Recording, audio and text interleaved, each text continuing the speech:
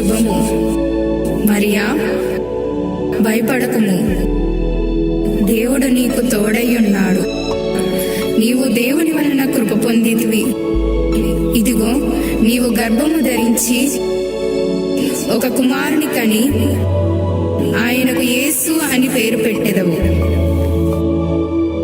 ప్రభువా, నేను కన్యకను కదా, ఇది నాకు ఎలా సంభవించును? ఇదిగో, పరిశుద్ధాత్మ నీ మీదికి వచ్చును. సర్వోన్నతుని శక్తి నిన్ను కమ్ముకొనును. కనుక పుట్టబోవు శిశువు పరిశుద్ధుడై దేవుని కుమారుడు అనబడును. నీ దాసురాలును, నీ మాట చొప్పున జరుగునుగాక.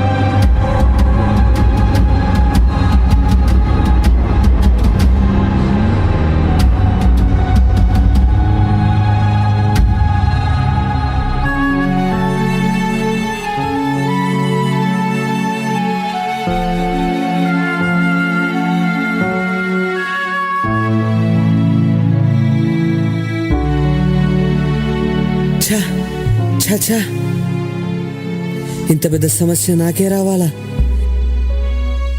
ఇప్పుడు నేనేం చేయాలి? వివాహం కాకుండానే మరియా గర్భవతియా?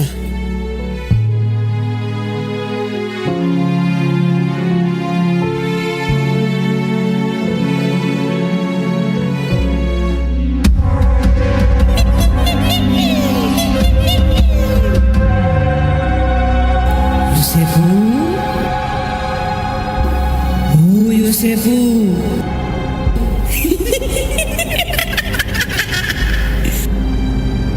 ఏంటి ఆలోచిస్తున్నా? వెళ్ళికపోయిన గర్భవతి అయినా ఆ మరీ గురించి ఇందులో ఆలోచించడానికి ఏముంది? అయినా వెళ్ళికపోయిన గర్భవతి అయినా ఆ మరీను నీవు ఎలా పెళ్లి చేసుకుంటావు? దేవుని చిత్తమే జరగాలని ముందుకెళ్ళామనుకో, నిన్ను నువ్వు మోసం చేసుకున్నట్టే. ఆ మరీని పెళ్లి చేసుకుంటే నీలోగా నేను ఏమంటున్నా? నీవు పరిశుద్ధుడివి కదా, నీవు నీతివంతుడివి కదా. అలాంటి నీవు పోయి ఆ మరీని పెళ్లి చేసుకుంటే నీలోగా నిన్ను ఏమంటుంది? నిన్ను చూసి నవ్వుతుంది, ఏలన చేస్తారు. వెలివేర్చి కూడా ఇవన్నీ నువ్వు సహించగలవా, భరించగలవా? అందుకే నీ మంచి కోరే చెప్తున్నా, బాగా ఆలోచించు. ఆ మరియను విడిచిపెట్టే. యోసేపు, అర్థమవుతుందా? మరియను వదిలిపెట్టే, మరియను వదిలిపెట్టే, ఆ మరియను వదిలిపెట్టే. యోసేపు, నిజమే. ప్రజలందరూ ఏమనుకుంటారు? నేను తనని అవమానించలేను. రహస్యముగా మరియను విడనాడుతాను.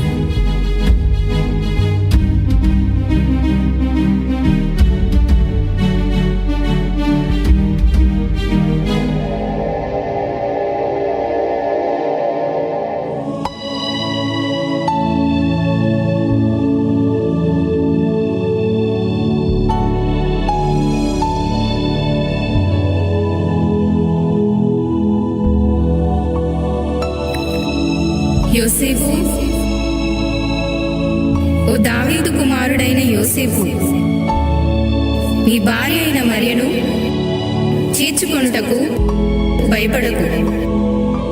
ఆమె పరిశుద్ధాత్మ వలన గర్భము ధరించినది. ఎందుకనగా ఈ లోకమంతటిని రక్షించుటకు రక్షకుడు జన్మింపబోవుచున్నాడు. మరియ ద్వారా ఈ కార్యము సఫలమగును కనుక ఆమెను వెళ్ళి హత్తుకొనుము.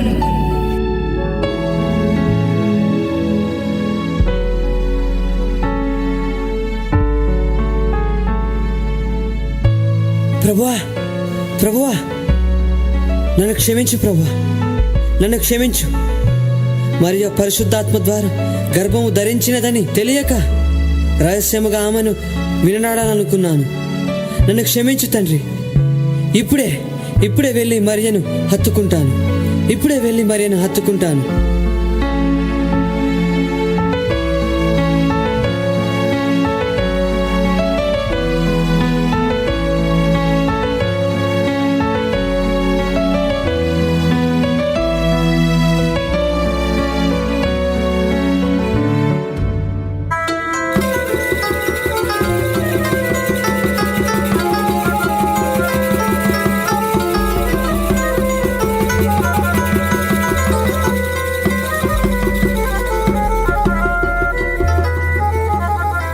ఇందు మూలముగా సమస్త ప్రజానికానికి తెలియజేయునది ఏమనగా, ప్రజలందరూ తమ తమ గ్రామాలకు వెళ్ళి ప్రజా సంఖ్యలో తమ పేర్లను నమోదు చేసుకోండి.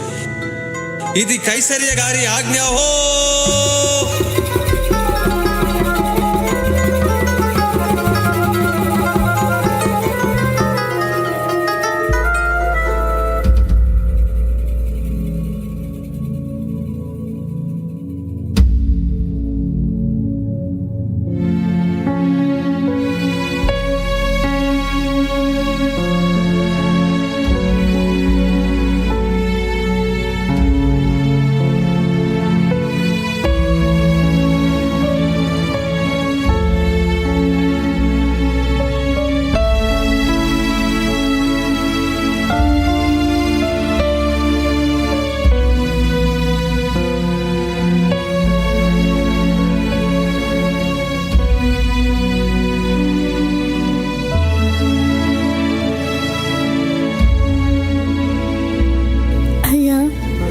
నడవలేకపోతున్నాను అయ్యా.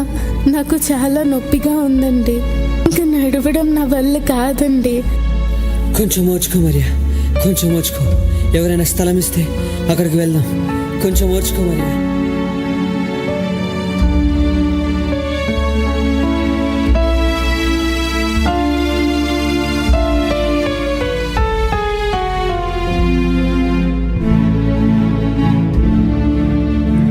అయ్యా అయ్యా అయ్యా, నా భార్య గర్భవతి అయ్యా. నిండు చూలాలయ్యా, నొప్పులతో బాధపడుతుందయ్యా. అయ్యా అయ్యా, మీ ఇంట్లో స్థలం ఉంటే కొంచెం ఇయ్యండి అయ్యా. స్థలం అయ్యా. ఎవరయ్యా నువ్వు? లేదు పో.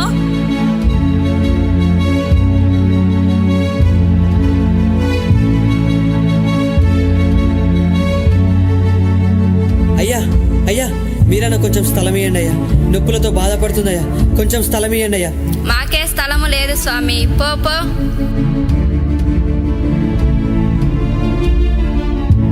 అయ్యా అయ్యా, మీరన్నా కొంచెం స్థలం ఇయ్యండి అయ్యా. నొప్పులతో బాధపడుతుందయ్యా, కొంచెం స్థలం ఇయ్యండి అయ్యా. ఇంట్లోనే అందరు చుట్టాలు ఉన్నారయ్యా, స్థలము లేదులే, పో పో. ఏవండి ఏవండి, మన పశువుల పాకలో స్థలం ఉందండి. ఉండు అడుగుదాము. ఏమండి, మీకు ఇబ్బందిగా లేకపోతే మా పశువుల పాక స్థలములో మీరు ఉండవచ్చు. అయ్యా అయ్యా, పర్వాలేదయ్యా. మీకు ధన్యవాదాలయ్యా. అయ్యా, కొంచెం సహాయం చేయండి అయ్యా.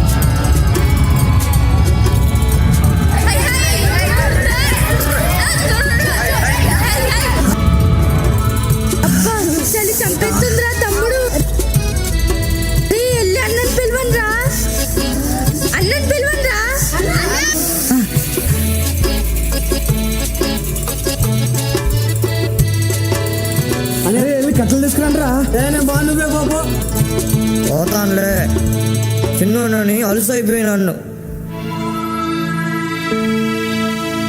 అప్పుడేదో తెల్లగా వస్తుందిరా.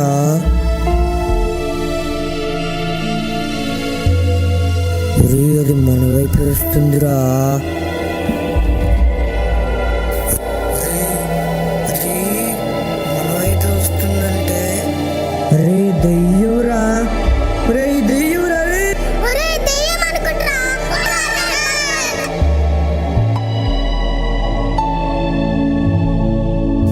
ఆర్యలారా భయపడకుడి, ప్రజలందరికీ కలుగబో మహా సంతోషకరమైన సువార్తమానం నేను మీకు తెలియజేయుచున్నాను. దావీదు పట్టణమందు నేడు రక్షకుడు మీ కొరకు పుట్టియున్నాడు. ఈయన ప్రభువైన క్రీస్తు. దానికిదే మీకు ఆనవాడు.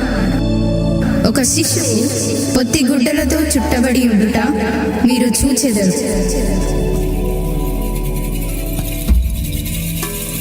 రక్షకుడు పుట్టి ఉన్నారంటారా? అవునా?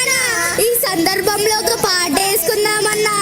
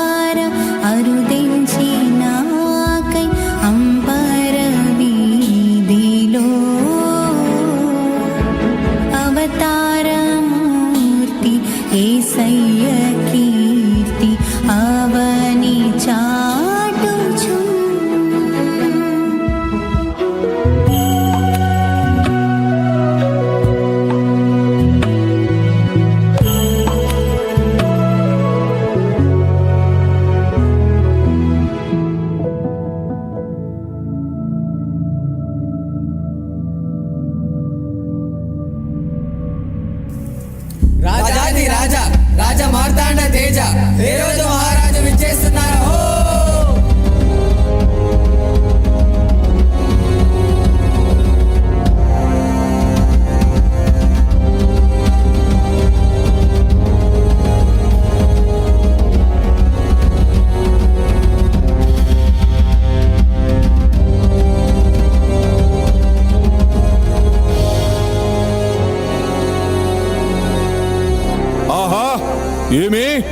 ఏమేమి అద్భుతం, మహా అద్భుతం. హెరోదు రాజు ఈ సమస్త యూదా సామ్రాజ్యంలో నన్ను మించిన రాజు ఎవ్వరూ లేరు. ఆహా, ఎంత అద్భుతము! నా శిల్పి ఎంత చక్కగా అమర్చినారు ఈ నూతన భవనమును. మరకట మాణిక్య వజ్ర వైడూర్య నిధి భౌగోళిక కాలంకృత నిర్మితంబగు నా సంపదను ఈ భవనములను చూచుకొలది నా మనస్సునెంతో పరవశింపజేయుచున్నది. ఆహా, నా అదృష్టము నా సంపద నన్నెంతగానో ఆనందింపజేయుచున్నది. ఆహా,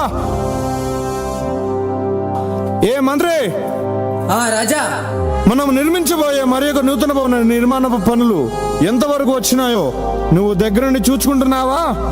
నేనే దగ్గరుండి చూసుకుంటున్నాను రాజా. నేనే స్వయంగా వచ్చి చూచదా? చిత్తం మహాప్రభు.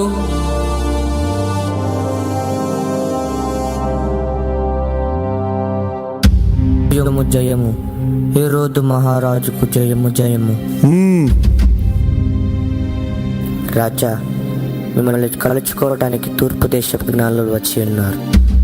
మీరు సెలవిస్తే వారిని ప్రవేశపెట్టదా? ఏమిటి? తూర్పు దేశపు జ్ఞానుల? నాతో వారికి పని ఏమిటి? సరే, వారిని ప్రవేశపెట్టుము.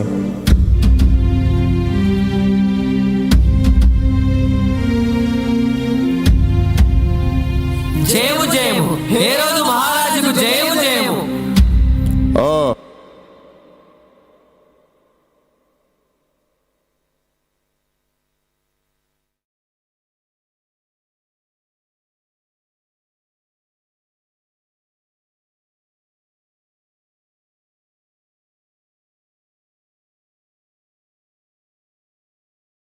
కలుచుకోవడానికి తూర్పు దేశపు జ్ఞానులు వచ్చి ఉన్నారు.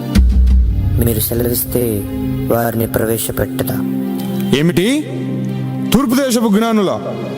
నాతో వారికి పని ఏమిటి? సరే, వారిని ప్రవేశపెట్టుము.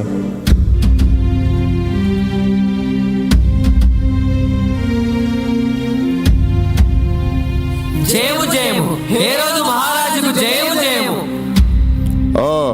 జ్ఞానులరా, మీరు ఎవరు? ఎక్కడి నుండి వచ్చారు? మేము జ్ఞానులము, తూర్పు దేశము నుండి ప్రయాణించి వచ్చితిమి. ఏమిటి? తూర్పు దేశం నుండి వచ్చారా? అవును ప్రభు. మీ రాకగల కారణము? మేము ఒక నక్షత్రమును చూసి వెంబడించి వచ్చితిమి. ఒక నక్షత్రమును చూచి వెంబడించి వచ్చారా? విచిత్రముగా ఉన్నది. కాస్త వివరముగా చెబుతారా? యూదుల రాజు ఇచ్చటే పుట్టి ఉన్నాడు కదా, ఆయన ఎక్కడా? ఏమిటి? యూదులకు రాజు పుట్టాడా? యూదా సామ్రాజ్యానికి రాజుగా నేనుండగా మరొక రాజు జన్మించుడు ఎలా? అసంభవము. అవును, నిజమే, ఆయనే యూదులకు నిజమైన రాజు. ఏమిటి? చాలుంచి నీ ఎత్తుక ప్రసంగము. మరి ఒక మాట మాట్లాడినచో నీ నాలుక 1000 ముక్కలాగును. రాజా, మీరు పొరపడుచున్నారు. యూదుల రాజు ఇచ్చటే పుట్టి ఉన్నాడు. ఏమిటి? నాతోనా నీ పరిహాసము? ఈ హేరోదు రాజుతో పరిహాసం అంటే నిప్పుతో చెలగాటం ఆడినట్టే. ఏమిటి మంత్రి ఇది? రాజా,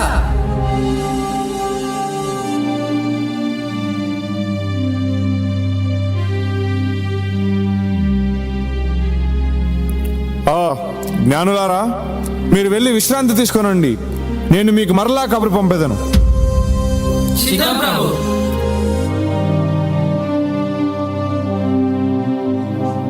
మంత్రి, నీవు వెంటనే మన ఆస్థాన శాస్త్రాలను ప్రవేశపెట్టుము.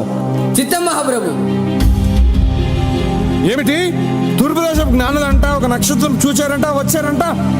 మీరు జ్ఞానులా? కాదు కాదు, అజ్ఞానులు.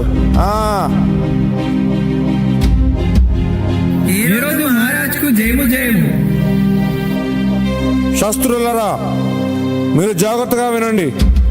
ఎవరో తూర్పు దేశపు జ్ఞానులంట ఒక నక్షత్రంను చూచి వచ్చారు. వారు యూదుల రాజు ఇక్కడే పుట్టాడని గట్టిగా వాదిస్తున్నారు. మీరు మీ శాస్త్రాల్లో జాగ్రత్తగా పరిశీలించి చూడండి.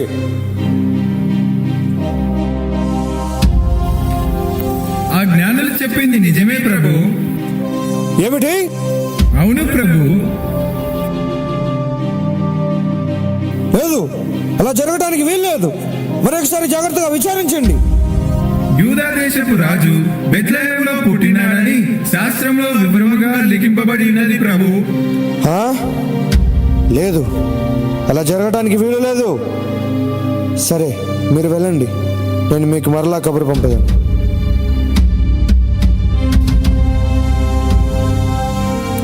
మంత్రి, రాజా, ఆ జ్ఞానులను ప్రవేశపెట్టుము. చిత్తం మహాప్రభు.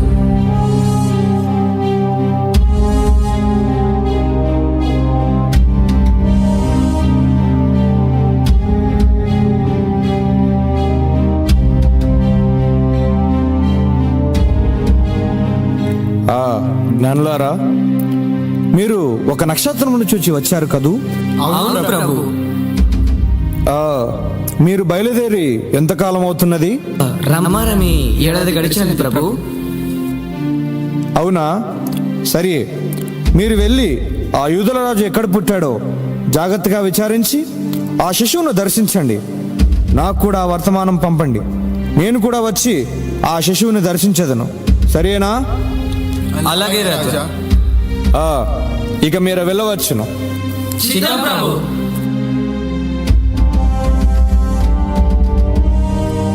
మంత్రి రాజా, వారు చెప్పింది విన్నావు కదా? వారు చెప్పిన కాలం ఆనవాళ్ళ ప్రకారము 2 సంవత్సరాలు తక్కువ కలిగిన ప్రతి మగపిల్లని చంపి వారందరినీ వధించి ఆ వేడి వేడి రక్తంతో మన కత్తులను కడగండి. ఇది నా ఆజ్ఞ. వెళ్ళు. చిత్తం మహాప్రభు. యూదులకు రాజు పుట్టాడంట, ఈ యూదా సామ్రాజ్యానికి వస్తాడంట, నేనుడుగా ఈ సామ్రాజ్యాన్ని పరిపాలిస్తాడంట. ఇదంతా కళ కళ.